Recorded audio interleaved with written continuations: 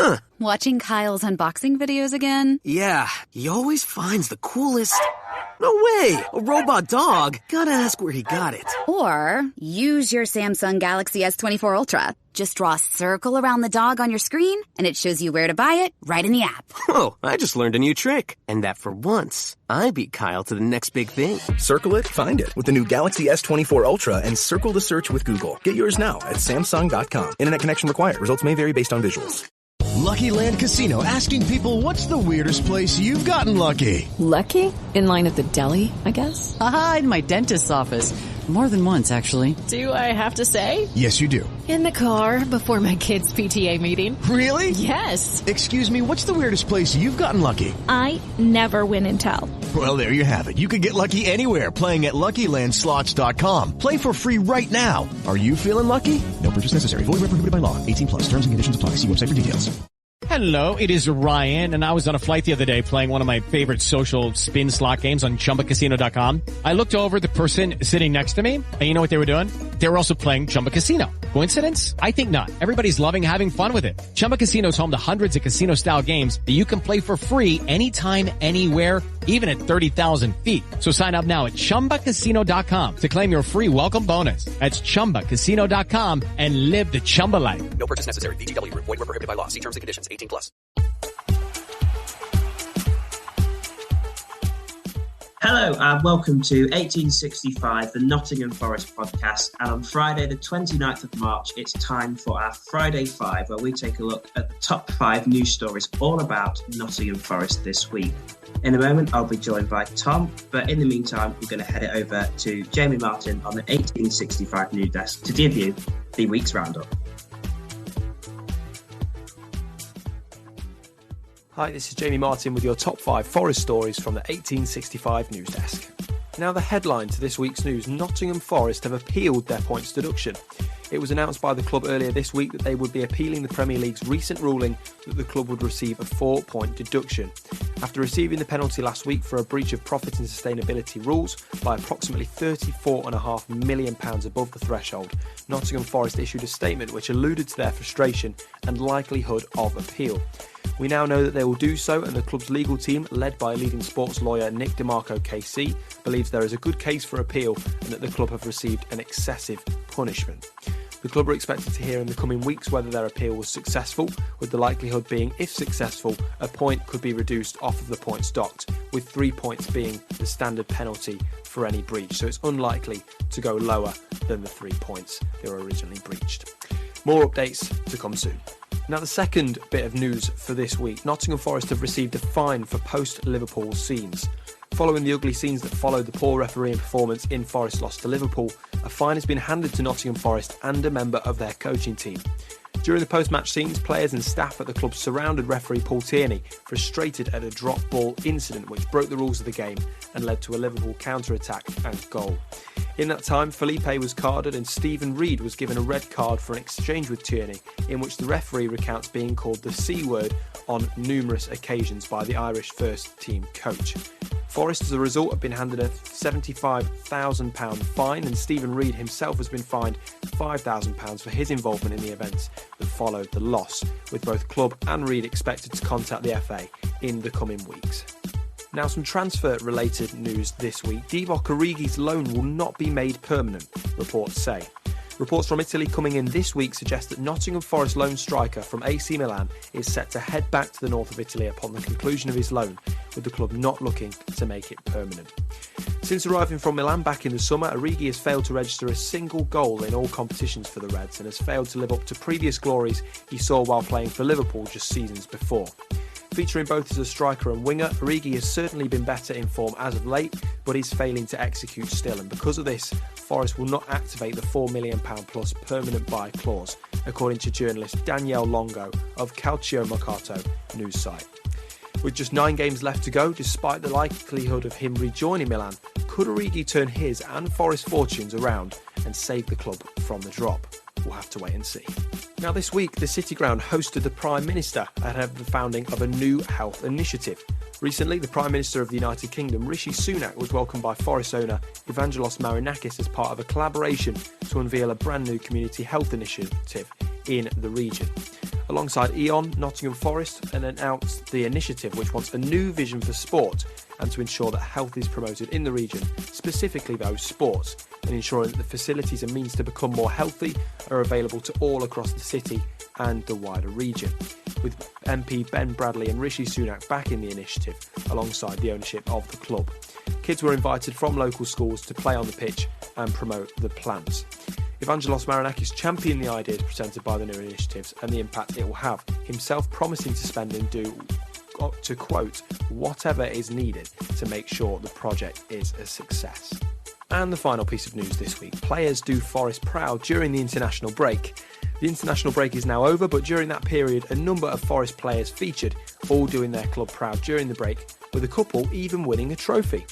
Omobamidele and Sels featured heavily for Ireland and Belgium. Ribeiro scored twice for Portugal's under-19s. Matt Turner and Gio Reyna won the CONCACAF final, and with Reyna getting a goal and 2 assists during the last 2 games. Willy Bolly, though, he featured in a 2-2 draw with Benin, but came off during the break with an injury.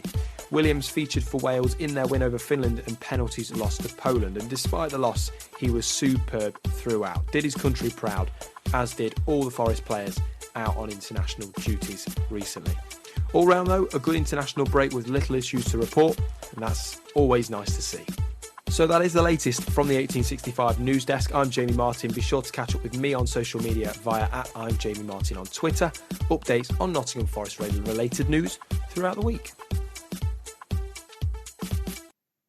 Thank you, Jamie. Now, since Jamie's roundup yesterday, we learned of the sad passing of former Nottingham Forest and European Cup winner with Forest, Larry Lloyd, who passed away at the age of 75. He signed for Forest in 1976 and played a crucial part in Forest promotion to the second division, their first division triumph, and of course, those famous European Cup winning runs. He made over 200 appearances for Brian Clough's side and started both European finals alongside Kenny Burns, leaving Forest a year later and going on to manage Wigan Athletic and Notts County.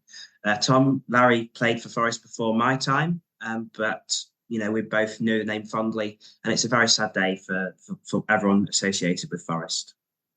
Yeah, it is, and he'll always be remembered of forming that formidable partnership with Kenny Burns in the late 70s, early 80s, and and that period of the club will never be forgotten. So, and then later on in his life, he did have a prominent part of being on co-commentary for Gem AM, if people remember that, with Dan Fletcher and all of that. But yeah, Larry Lloyd he will never be forgotten for what he's brought to Nottingham Forest in those years in the late 70s and early 80s.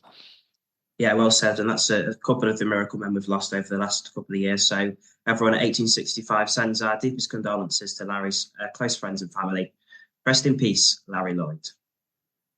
Let's move on to this week's other news topics then, starting with the PSR appeal that's been the main story, I guess, from Forest this week. We did the big pod at the weekend, came out on Monday, and then on Monday night, the club announced that they'd appeal. I guess we're a bit unsure, but with Marinakis, I think it was always going to head that way in the end. And it looks like now Forest are jostling between a point. It's unlikely that we're going to see a point taken off us further, and we may get one back. So, Tom, it's not a surprise, but would you have done the same if you were in the hierarchy of the club? Well, when the club, when it come out that was going to be getting the point deduction, then we had to wait for the week see if we was going to lodge an appeal. At the start, I said no, just because it could have been a lot worse. So, basically take your medicine and move on. But with the statement what come out, which was quite damning regarding the rules and regulations, we know with that we're guilty of breaking the rules, but how can you compete from where we was in the Championship coming into the Premier League when you've got clubs? I get why the likes of Man United, Liverpool have players and they've got squad values of over £500 million. Then we come in and they're basically saying, well, you're only allowed to lose 61 million. Then they're basically saying now, and if you look at the Commission report, is that your bonuses get taken off. So you're already handicapped before you've even kicked a ball in the Premier League. So there's a lot of inaccuracies regarding the report and everything. And then when the statement come out, this. I'm not surprised Forest are basically going. If we're going to go down, we'll go down kicking and fighting, and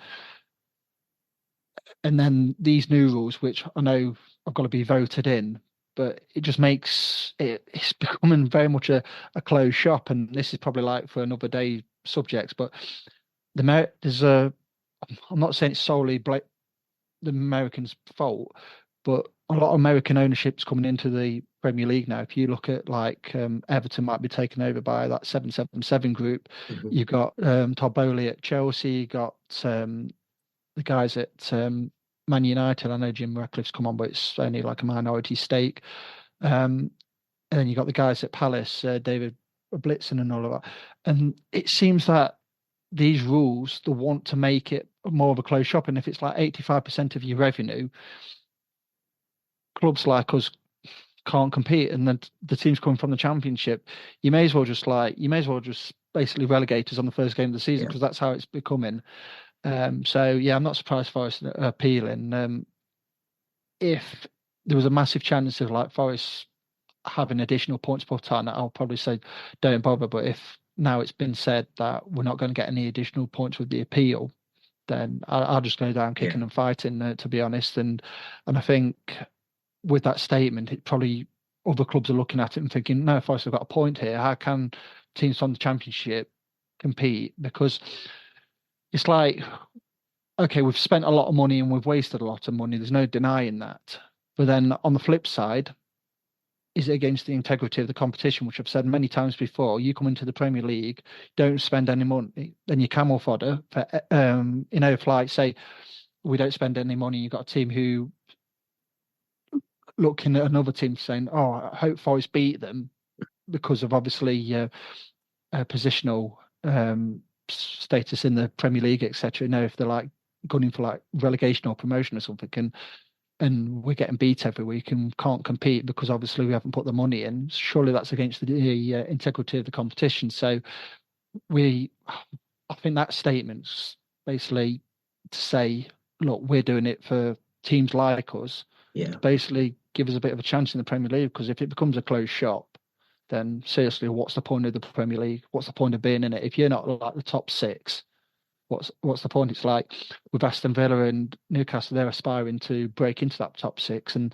there's rumours now they've got to sell one of their better players, and it's like, well, how's that allowed? But then you've got like Chelsea. I know Chelsea have sold players, but they've not been in Europe for a long time. So how can they spend billions on players and not have any sanctions at the moment? Then you got like Villa, who have basically come from the Championship a few years back, built year by year, and can't compete. I just think that's goes against the grain of the integrity of the competition in my eyes. And Forest could have quite easily came up and done what, being a Sheffield United, like you say, being panned every week, because they were similar to us, weren't they? They lost Hamer and Berger, two of their best players, and Dye, wasn't it, to Marseille? And we were in a similar position. We lost most of our squad to obviously loan signings and stuff. We kept Brennan, but we lost the core of our squad, and we could have quite easily not replaced them, stayed within the rules. But we had to give ourselves a chance to stay up, and ultimately it's worked for us. And yeah, like you say, some of the spending wasn't very clever, but in the end, the club has stayed up, and I'm sure they'd have taken this position. In the roundup, Jamie said the club felt the appeal was harsh. I mean, many Forest fans think this is possibly best case scenario, 4 points. So do you think that the appeal was harsh? Decision.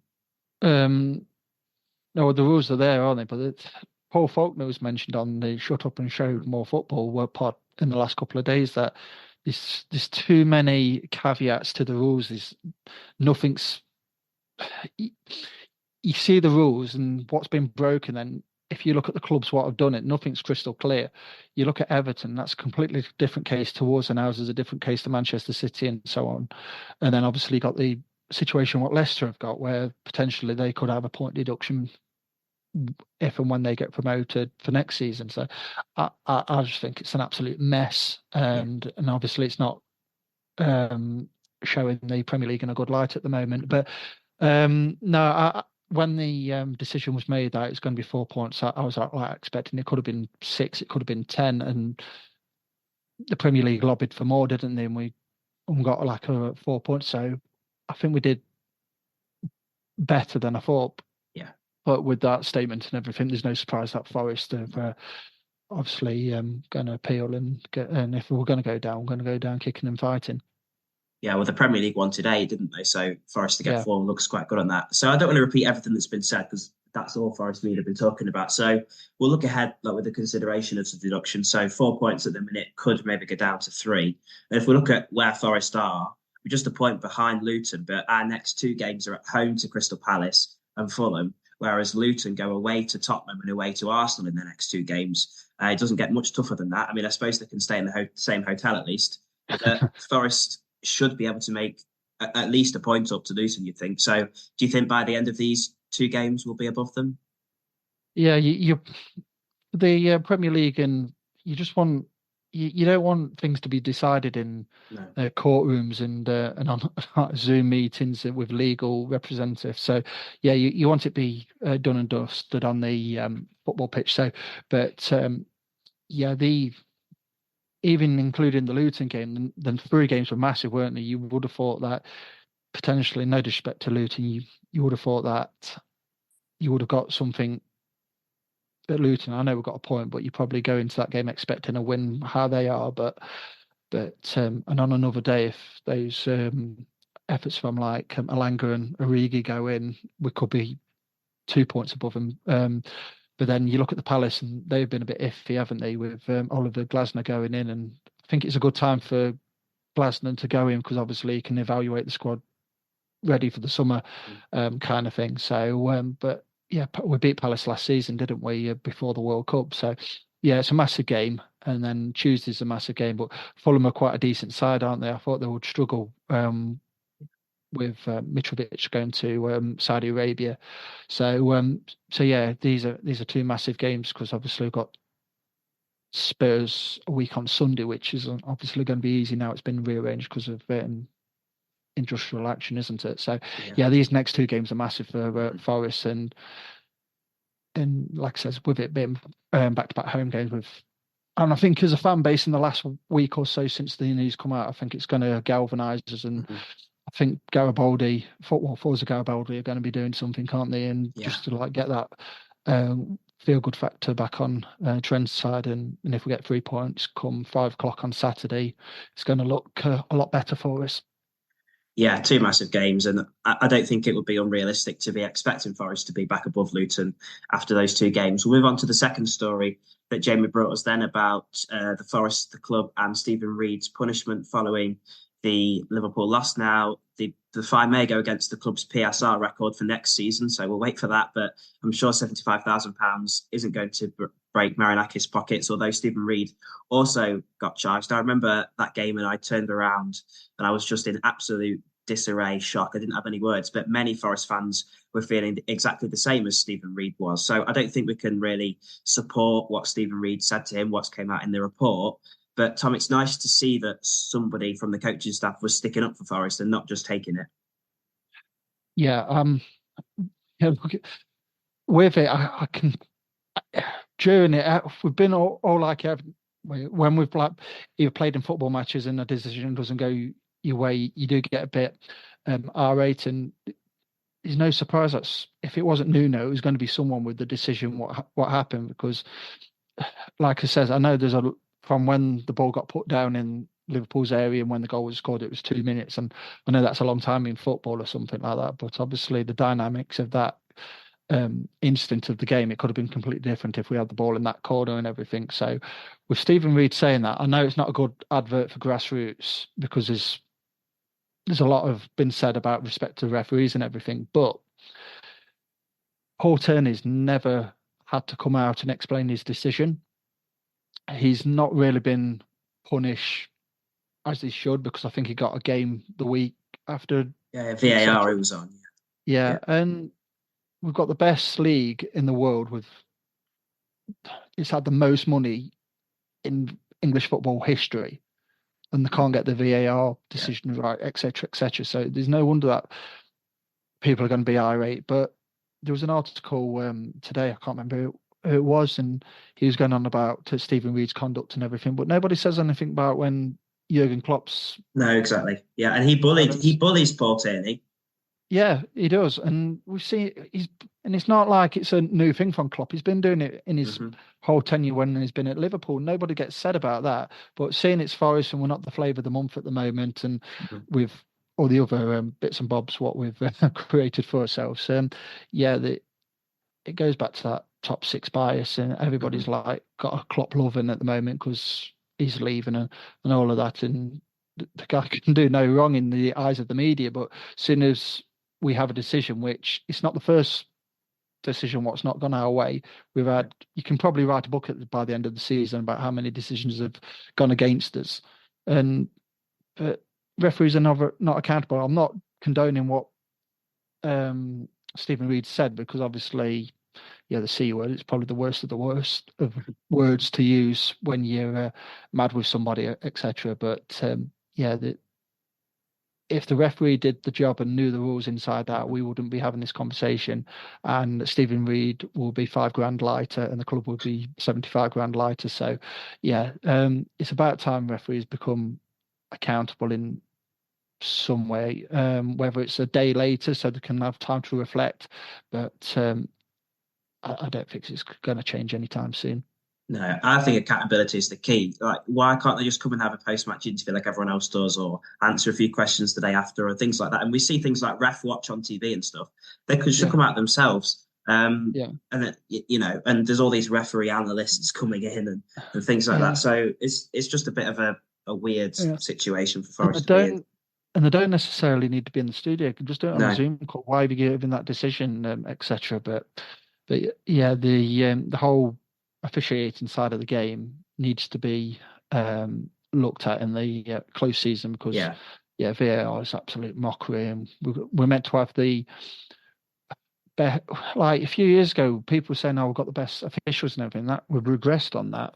I think they've got worse referees, because I think they're scared of the media scrutiny of making a wrong decision. They rely too much on VAR and everything. And sometimes it'd be nice if a referee just ref the game. And I've always been of the opinion of this, and I think Howard Webb's also said we can't do it this way. But a bit like cricket, a manager has like 2 appeals a half or 2 appeals a game, and if you've got something what you need to be looked at, it says just like say to the referee, I want to check that decision, kind of thing. And if you don't get your decision, you don't you lose your appeal, and if you win the appeal, you still keep it kind of thing. But there's a lot of anomalies in the game at the moment, but a lot of it is like people compare it to rugby, but rugby is factual. If the balls move forward, and a lot of the ruling in football and decisions made are subjective, so that's where the problem lies. Yeah, and Howard Webb does his show with Michael Owen, referees mic'd up or something, but I've never seen a Forest decision on there, and I'd love to have seen the tape for that one. And there's a lot of frustration around it at the minute, isn't there? Because I think we had just first about the referees and poor management, injustices. So I think the international break offers a huge chance for Forest to it's all bottled up, to forget that, throw that away, and focus on the final 9 games. But another thing is that we played Luton, no disrespect to Luton, but they're in the bottom 3. They've just come up in everything. And because there's no like media scrutiny on that game to a certain degree, there was no contentious refereeing decisions. There's none. We didn't go back to the car thinking, "Oh, why didn't he give that?" I thought the referee, I can't remember who the referee was now. I thought he had a very, very good Darren game. England. And nothing was contentious. But I'm telling you now that if we was playing a top 6 side, there'd be something contentious in that game, because obviously, and that's what. And then you're thinking, oh, the word corruption is strong, but you can actually see it happening, kind of thing. It's like, if it's like Sheffield United playing Bournemouth or something like that, there'd be no decisions made. But if Sheffield United were playing Liverpool and there was a contentious decision, you can guarantee Liverpool will get that decision, because obviously it's like trying to keep the top 6 and the top 6 kind of thing. So, and I saw something as well that Forest are at the top of some charts saying we've been benefited by VAR. I mean, someone needs to check their stats there. But we're going to take a break and have a rest from ranting. But before we do, I'm sure you'll have heard about FanPark, Forest's biggest fan park in Nottingham. You'll be able to see me and Ellie there regularly, and they've got an update to give us just before we go to the break. Hi, George, and the rest of the 1865 team. Do hope you are all well, and great to see so much good Forest content out there at the minute. So keep up the great work with the podcast. Max here to give you a very important message about FanPark. It's been going for a few weeks now. We were at Binks Yard. We've been getting going, and we're going to take things up a new level. We've stepped things up with a brand new location, which we move into on Saturday for the Crystal Palace game. The new location, I'm delighted to say, podcast exclusive for the 1865, is the Brew House Bar and Kitchen, right opposite the City Ground, on Trent Bridge, on the banks of the River Trent, less than a 2-minute walk. You could probably jog it. It's from probably wherever you live to your next door neighbour's house. It's that close. For all the pre-match entertainment, there's happy hour, so cheap pints. Who doesn't love a cheap beer? Come on. Things like that. We've got food vendors, nice street food. We've got pre-match entertainment. George will tell you all about that. He's on stage every week with the microphone. So we've got lots of stuff like that to keep you entertained. Special guests too. Cheap tickets, but free tickets. That's the main thing. Free tickets if you get them online before. Just search FanPark on your browser, Google or whatever, or fanpark.co.uk. Get yourself down there for FanPark on Saturday. Brand new location, Brewhouse Bar and Kitchen on Trent Bridge. And we're doing the Euros in the summer, so search and get your tickets for them. What more do you want? Entertainment, cheap pints, and a good location to hang out before a huge Forest game against Palace. Come to FanPark Saturday at Brewhouse Bar and Kitchen.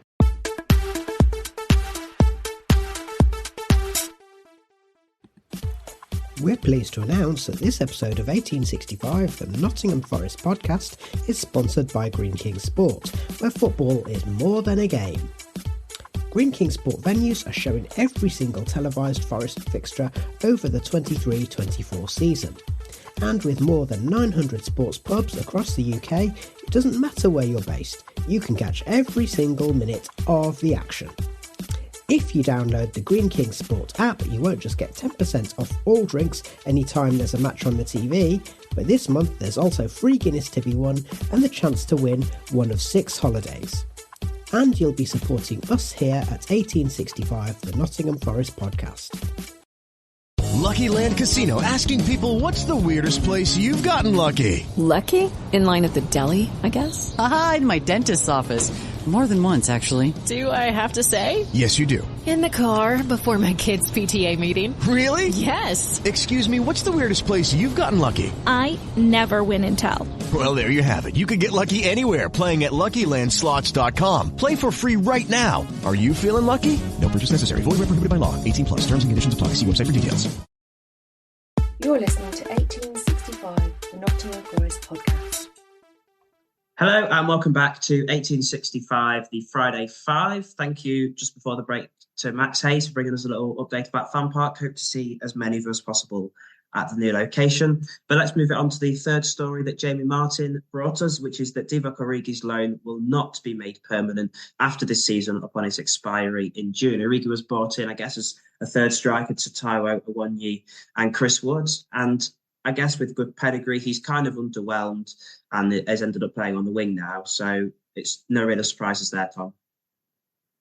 No, and yeah, I think he started the season without a pre-season, and he's always like playing catch-up, hasn't he? And it's took him till last few weeks to actually start games on a consistent basis. And yeah, Origi, every time I've seen him, he does score important goals, but he was never really a starter at Liverpool, and then he goes to AC Milan, and he's not really a starter there. Is it Rafael Leao, or I can't remember his name, the Portuguese lad? Yeah. So he's not going to get in front of him, but he's done all right in the last couple of weeks. But yeah, those chances against Brighton, which we touched on in the match report when we did that, and Luton. He had a chance the other week, didn't he, against Luton? So yeah, I honestly do think that Forest tried to get Michy Batshuayi and for whatever reason didn't get him. So, and Origi was there and he's like, well, may as well take a punt on him. He's on loan and see how he gets on. But I think he's on big money. So it's a bit like the Lingard, isn't it? He's come with like a lot of, he's coming like with think he's going to do something, and it hasn't really transpired, has it? So yeah, it's been a bit of like a mediocre signing. I wouldn't say it's a disastrous, because obviously it's not like we've paid big money out for him, apart from the wages side of things. But yeah, it's just one of those where we needed another body in terms of a striker. He's come in, he's done his best. He's got his Rafik Jabeur-esque goal against Bristol in the cup, where he's basically on the line kind of thing. But I think when Felipe had a shot from from a set piece or something like that. So yeah, he's done all right, but he hasn't been spectacular, and we'll like part ways in the summer. Yeah, that's the thing. We've seen Felipe do his acrobatic celebration twice, and both goals haven't stood. So I'm hoping he gets a chance before the end of the season. But I think there's a couple of things Forest can learn from this signing. Firstly, the point you made, the fact that we've had two big name signings in the last 2 years coming to the Premier League. And Lingard, although looked good as a sort of cheerleader for the squad, didn't really contribute on the pitch. And I guess Origi's done more than Lingard did on the pitch, but hasn't really worked as a signing. And then secondly, maybe as that position, why we're not using Rodrigo Ribeiro. So maybe have a young striker in that position as your third striker, as opposed to an aging 30 plus striker who's here for the money, maybe. Yeah, with Lingard, he just started to be hitting form, about just before the World Cup. Then he got that injury, didn't he? And that was basically it for Lingard. So, but again, he didn't really have a pre-season, and he could never keep himself fit, could he? And same with Origi. Yeah, so let's move on to story number 4, and that is that last Friday, Nottingham Forest hosted Rishi Sunak at the City Ground to help a new community health initiative that the club is leading. It's news that hasn't really gone down that well in a Labour-heavy city that Nottingham is, which isn't a surprise. But I suppose, Tom, the positive can be drawn is that Forest are on the map and can attract opportunities like this. Yeah, it's a great initiative, health-wise, for young kids in the city, because the city's quite deprived compared to the rest of the country in terms of like poverty and all of that. So it's a good initiative. But when you've got like a fan base of 30+ thousand of different political allegiances, you're not going to please everybody, are you? And I mean, the father of the house is actually a season ticket holder in the director's spot, Kenneth Clark, and he's a Tory, isn't he? And nobody kicks off about him, but seeing Richie Sunak's there, and yeah, it's one of those. Just I get why people who are probably like in a political bias obviously going to get their backs up at the end of the day, but he's trying to launch like an initiative, and if the initiative's good for like kids in our city in the coming years, it's a good initiative. But yeah, you're not going to please everybody regarding political backgrounds and all that type of thing. So, but yeah, it's one of them really. In the clip, there was a clip they put out about the kids playing football, and one of them scored from a Morgan Gibbs White corner. So hopefully that can be something that starts to happen, because that was the best one I've seen him deliver all season. So what do you think about football and politics mixing then, Tom? Because over the past month, so we've seen Labour collaborated to talk about Forest with the PSR. Tories collaborated about the stadium moving thing. There's not really a sort of collaboration, if you like, which I think would have been more powerful than separate MPs from separate parties doing things. So what are your thoughts on that briefly? Yeah, it's quite, it's no coincidence, is it, that there's a general election coming up, and I think these letters going out regarding the stadium and certain initiative, it's probably like trying to get like voters on the good side of the Tories at the moment and all of that. But at the end of the day, people have enough issues in life in terms of life pressures, mental health, and sometimes they just want to go to a football match just for a release kind of thing. So you don't want to be like bogged down with like political nonsense, do you? You just want to go and support your local team on a Saturday. So yeah, I don't like politics being mixed with football kind of thing, because you can park that, and politics can have a different stage in the week kind of thing. But on a Saturday, the man in the street just wants to go and watch his football match, and he doesn't want to be bogged down with all the political nonsense. So yeah, hopefully we can just like keep them away from each other and just enjoy the football for what it is. Yeah, I think I agree with that. So finally, let's move on to the last story Jamie brought us then, touching on the international break. We'll go maybe player by player, country by country. Start with Bat Sells, because I had the pleasure of seeing him in the flesh at Wembley, him and Laura Mangala. I was at the England-Belgium game.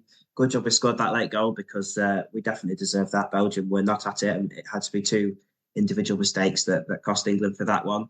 But Tom, we've got 4 international goalkeepers. Matt Sells finally looking like one that we can trust. Yeah, and he's very good with his feet, isn't he? And some of the his distribution. I mean, it's not much of an I can put it. You don't have to be absolutely fantastic, be an upgrade on Matt Turner when it comes to distribution. But yeah, Matt Sells, some of his passing, etc. It is really good. And I can't remember who was it Faya, the left back, and he just pinged the ball out to him, and he just took 2 England midfielders out of the game, and he is a decent goalkeeper, Matt Sells is, and the save what he made from, I think it was Bellingham or Bowen, one of the two, and he made it look easy.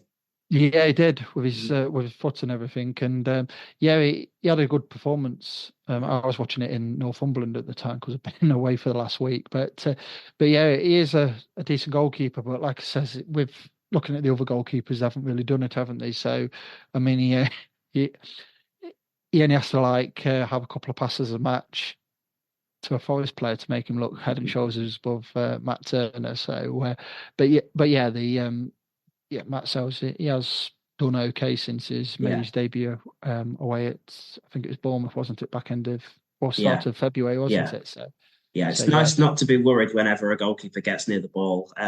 We'll move on to Rodrigo Ribeiro then, 2 goals for Portugal under 19s.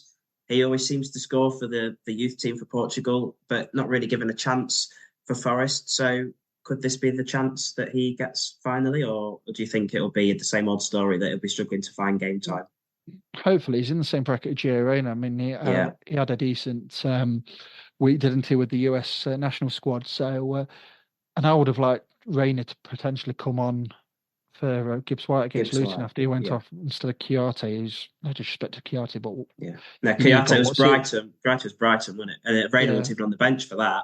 And then he was on the bench at Luton, and he brought Dominguez on, which So, but I just think Reyna's just a weird signing, isn't he? I mean, he come with really good pedigree from Dortmund and everything. Played in Champions League, played for the US national team, and we've seen him about 10 minutes altogether, and then it's a waste. And we've only got 9 games of the season left, or whatever it is. So, I'd like Reyna to actually probably just come in and probably just take a bit of the pressure off Morgan Gibbs White, because if Morgan Gibbs White's not on it and potentially Langer's not on it, and he hasn't been playing Hudson-Odoi in recent weeks, where's the creativity going to come from? So, you got a real talent there with Gio Reyna, and I'd like to see Nuno actually play him a bit more in this running kind of thing. And if Gibbs White's flagging after 60 minutes, because he does put a lot in, put Reyna on in his natural position, and you're just keeping that continuity in the side and everything, rather than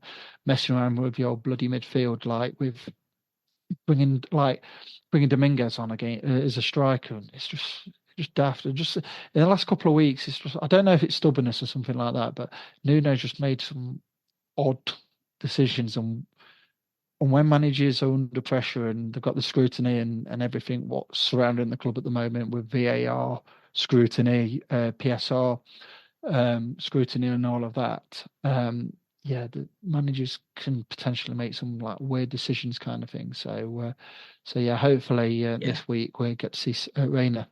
Yeah, the options there, and it seemed daft to not use him, especially when he's got so much potential. Just finally then, a 2-pointed question. Firstly, Nico, some fantastic performance, as well as obviously disappointing he didn't get through, but a fantastic free kick, solid penalty. He's been a revelation since he joined the side. And should he be on set plays? And secondly, Willy Bolly going off injured, there's always going to be a negative to an international break, isn't there? Yeah, it seems like every time Bolly or one of the other players goes for international duties, they come back with an injury. So hopefully it's not too serious. And I thought he played really well against Luton, so hopefully he'd be fit to play Palace. I don't know what Nuno said in his pre-match. I haven't listened to it yet. So, but yeah, hopefully with that hype, because if Mateta plays, then obviously you need to match up against him, because he is he's a presence, isn't he, for Palace? And Williams, I think it was last season, the game against Liverpool. since then, I know he fractured his cheekbone against Brighton, and that curtailed his season. But he's been brilliant this season. He has Nico Williams, and and he hasn't let Wales down recently, and he hasn't let us down. So hopefully, he can carry on with that. And if he's on set pieces, it can't be any worse than what we've done this season, because we've been horrific, haven't we, from corners and free kicks, etc. So if he can put better quality into the box, then you never know. Yeah, thank you, Tom. Completely agree. And I think his fullback partner, Harry Toffolo, will be crying out to come back on set pieces, because he's shown time and time again that he's up there with the best crosses of the ball at the club. But I think we'll leave it there. Thank you for joining me, Tom, and thank you, listener. We really appreciate it. If you want to find us on social media or wherever you want to listen to us, you can find all the links on 1865.football. That's the words, 1865.football. Hopefully we'll see you at FanPark at the weekend, and we'll be back for a match report after the Crystal Palace game, which fingers crossed will be a positive one. But until then, let's spur Forest on, let's support them, get a weekend win, and come on, you Reds. Have a brilliant weekend.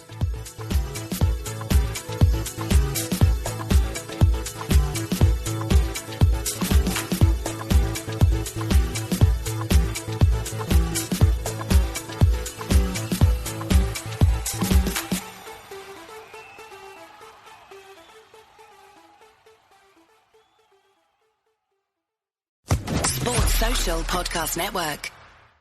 Temple University is ranked among the top 50 public universities in the U.S. Through hands-on learning opportunities and world-class faculty, Temple students are prepared to soar in their careers. Schedule a campus tour today at admissions.temple.edu/visit.